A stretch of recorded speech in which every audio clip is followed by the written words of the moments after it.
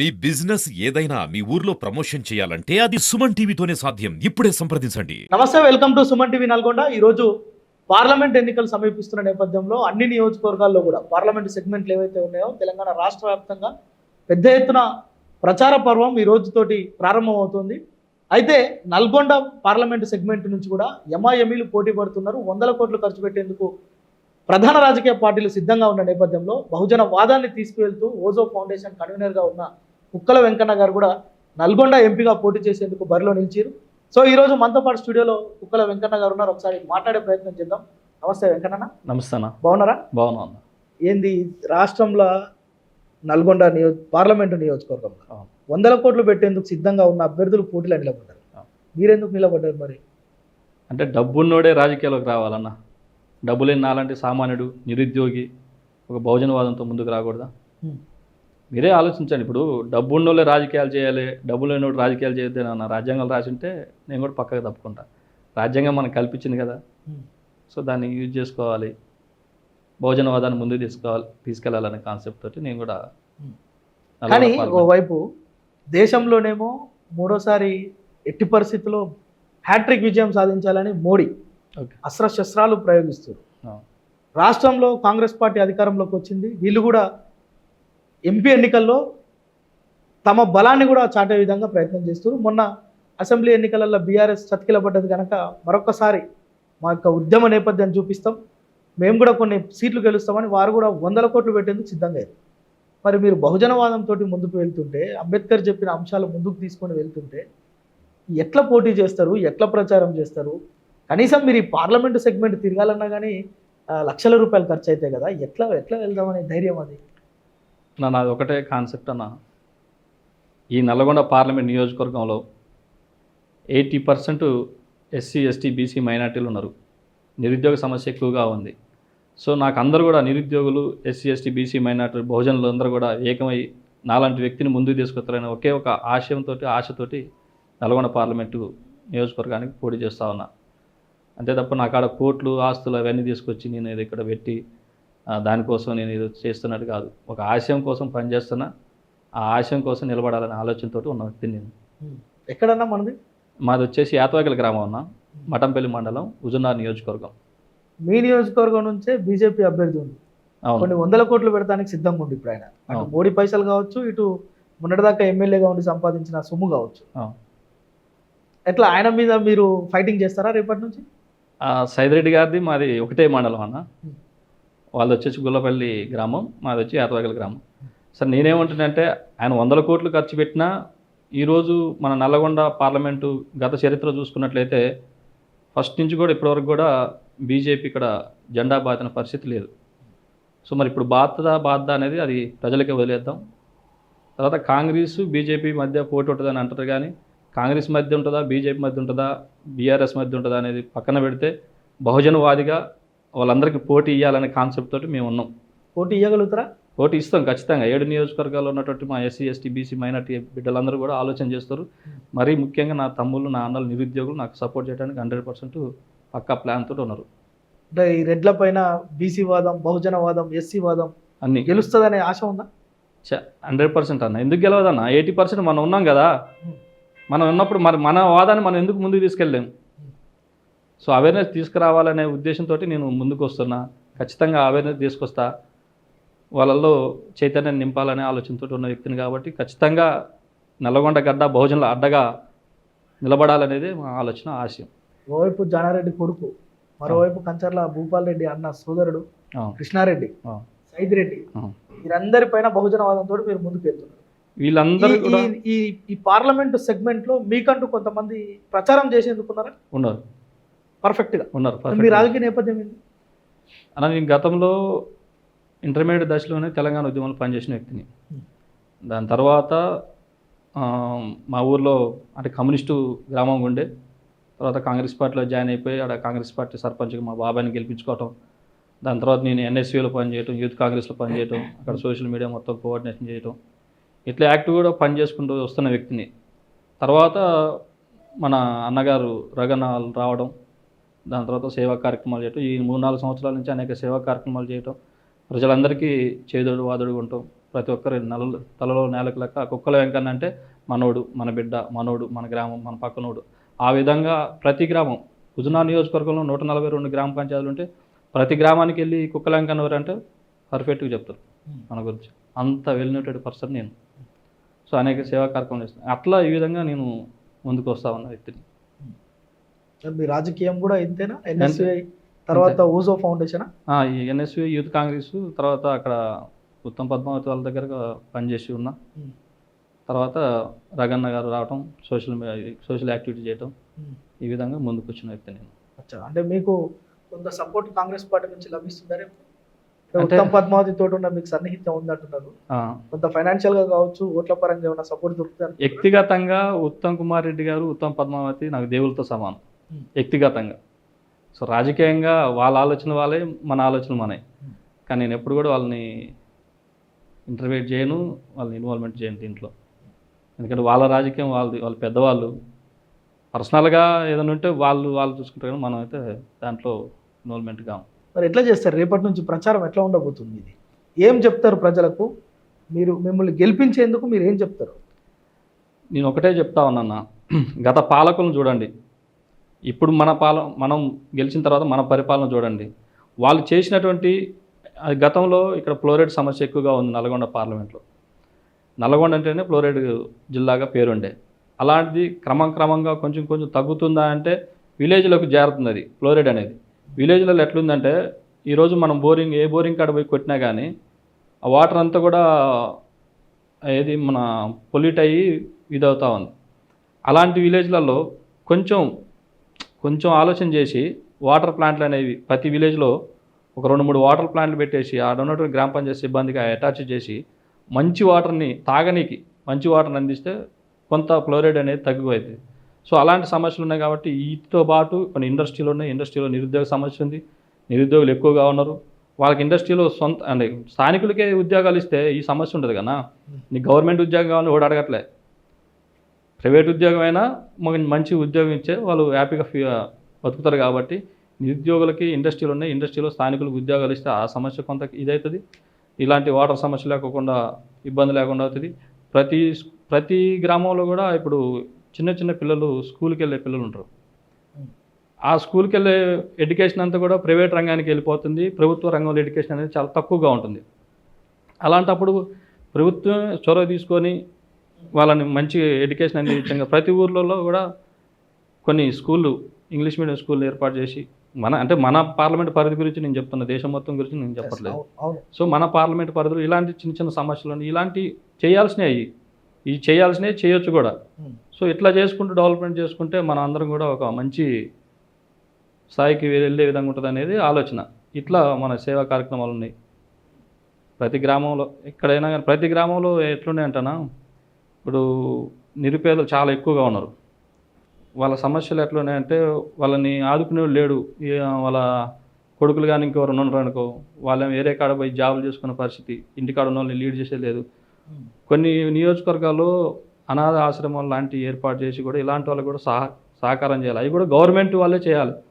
Government వాళ్ళు చేస్తే ఏమైందంటే వాళ్ళకి తల్లిదండ్రులు కొడుకులు లేని బాధ అనేది కూడా కొంత తీర్చిన వాళ్ళు ఎదురు. ఇట్లా సర్వీస్తో పాటు అభివృద్ధి చేయాలి. ఇంకా సీసీ రోడ్లు, లైట్లు ఇవన్నీ అంటే ఎవరైనా వస్తుంటారు చేస్తుంటారు. సర్వీస్ మోటో ఓకే, మీరు ఇప్పటిదాకా ఓజో ఫౌండేషన్ చేసిరు, రాబో రోజులలో కూడా ఇలాంటి కార్యక్రమాలు చేస్తారు. కానీ మీ వాదాన్ని ఎట్లా తీసుకుపోతారు? ఏం ప్రచారం చేస్తారు రేపు ఎన్నికల్లో?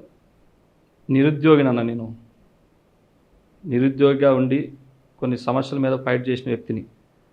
ఇప్పుడు కొల్లాపూర్లో సోదరి శిరీష ఏ విధంగా అయితే అలియాస్ బర్రేలక్క ఏ విధంగా అయితే మోటివేషన్ చేసిందో ఆ విధంగానే అవేర్నెస్ చేయాలనే ఉద్దేశంతో తమ్ముడు కుక్కలాంకన బయలుదేరిండు. నిరుద్యోగ సమస్యతో పాటు బహుజనవాదాన్ని ముందు తీసుకెళ్ళాలి. బహుజనులందరూ ఎందుకు ఏకం గారన్నా? ఎందుకు ఏకం గారు? ఏకం కావాల్సిన అవసరం ఉన్నది ఈ సమాజంలో. ఎందుకంటే ఇప్పుడు ఎక్కడ పోయినా కానీ ఒక చిన్న చూపు, వాళ్ళ దగ్గర మన దగ్గర సేమ్, వాళ్ళకన్నా మనం ఉందాగానే ఉంటాం, వాళ్ళతో పాటు మనం అన్ని రకాలు చేస్తాం. కానీ చూసే విధానంలో డిఫరెన్షియేషను, మనల్ని తక్కువగా చేయటం, ఈ విధంగా అయినటువంటి కల్చరు మన నల్గొండ జిల్లాలో ఎక్కువగా ఉంది. సో దాన్ని పక్కా తీయాలంటే ఖచ్చితంగా మనం బహుజనవాదాన్ని ముందు తీసుకెళ్ళాలి. నాలాంటి వాడు నల్గొండ పార్లమెంట్ ఎంపీ అభ్యర్థికి గెలిస్తేనే న్యాయం జరుగుతుంది అనేది నా ఆలోచన. గెలిచేదానికోసం పనిచేస్తూ అంటారు మొత్తానికి. అవును. ఇంత ఎంఐఎంఈల మీద కూడా మీరు ధైర్యంగా ముందుకు వస్తున్నారులే. అవునన్నా, ఎంఐఎంఎల్ అంటే ఏందన్న, రాజ్యాంగం మనకు ఒక హక్కు కల్పించింది. వాళ్ళందరూ కూడా ఇప్పుడు పార్లమెంట్ అభ్యర్థిగా పోటీ చేసే వ్యక్తులు వాళ్ళ తల్లిదండ్రులు మంత్రులు అయి ఉండాలా, వాళ్ళ అన్నలు ఎమ్మెల్యే అయి ఉండాలా, నాలాంటి సాధారణ పౌరుడు పోటీ చేయకూడదా? చెప్పండి అన్న. 100% చేయాలి.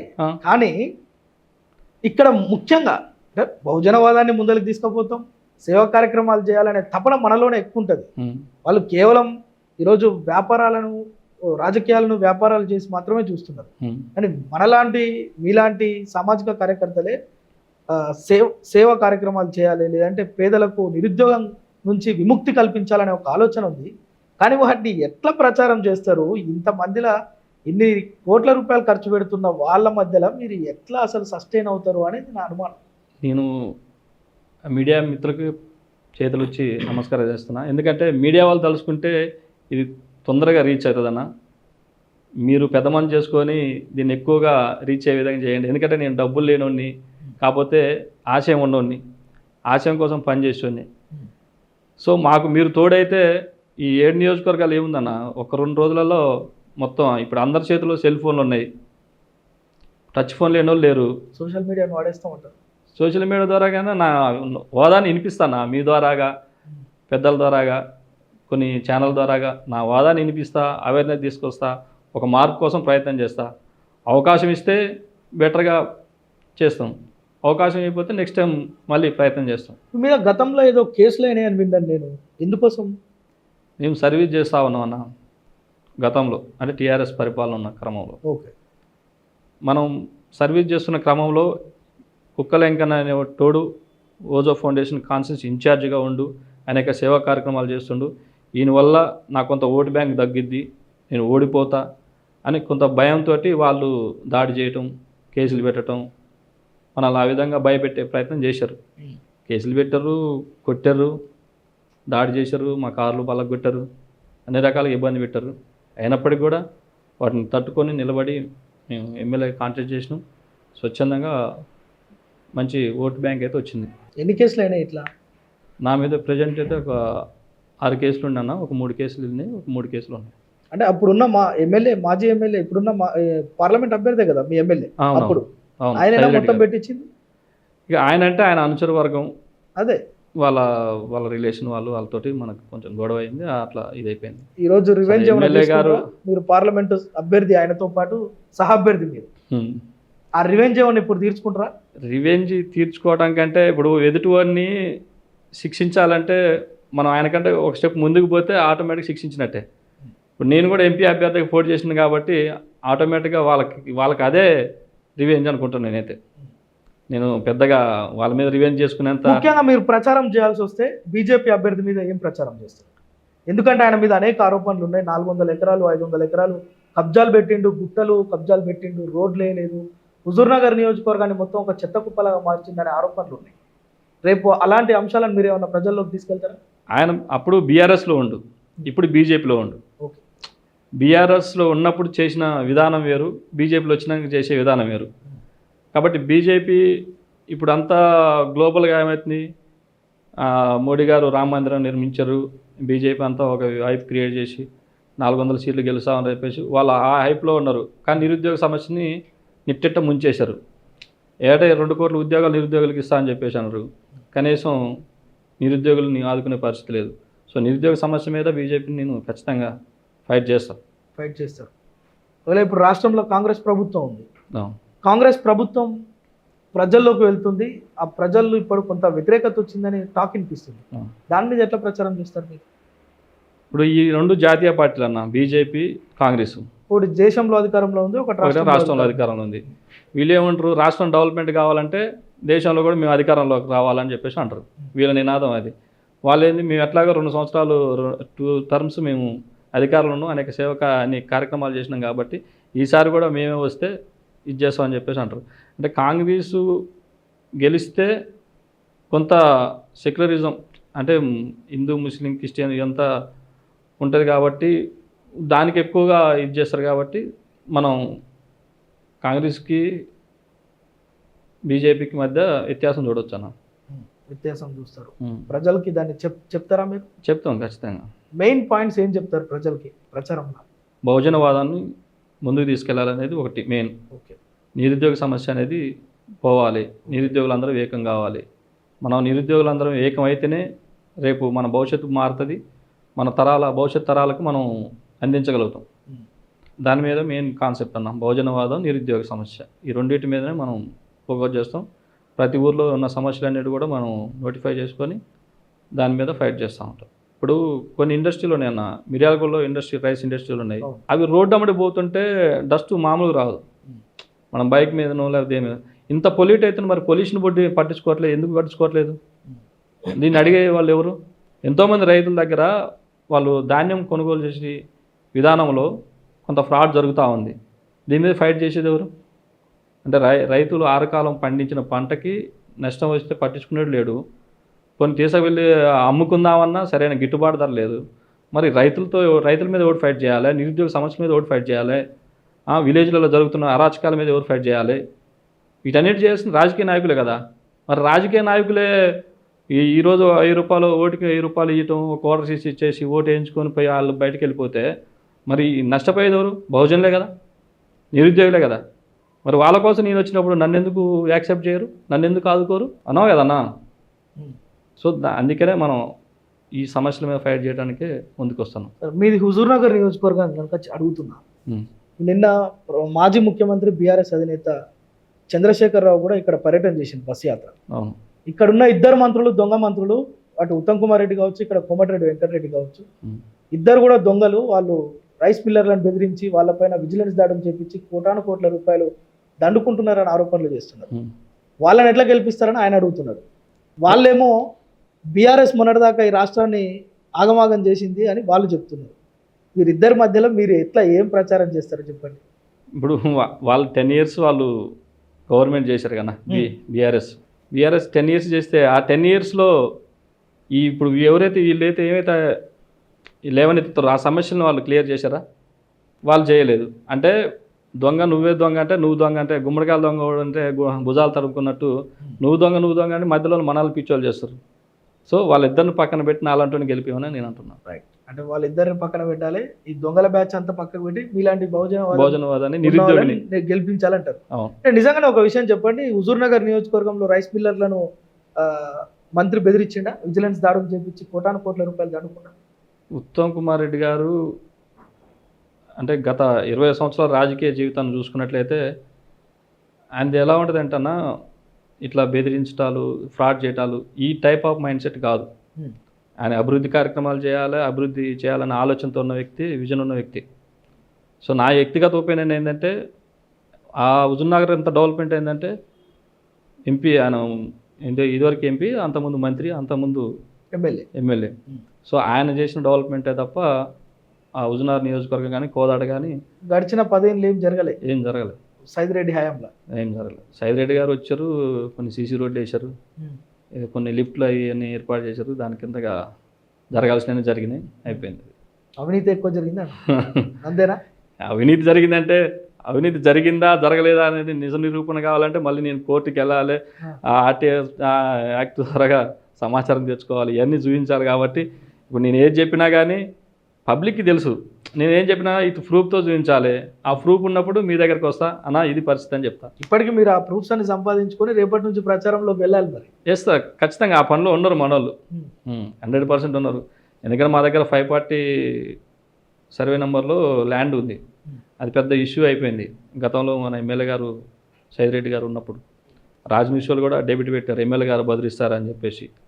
సో అట్లాంటి చాలా పెద్ద ఇష్యూలు ఉన్నాయి అన్న. వాటన్నిటిని కూడా మేము బయటికి తీస్తాం. ఎవరినైతే వదిలిపెట్టాం. ఈ ముగ్గురు ఎంఐఎంలు దొంగల బ్యాచ్ అంతా పక్కకు పెట్టాలి, ఎవరిని వదిలిపెట్టాం.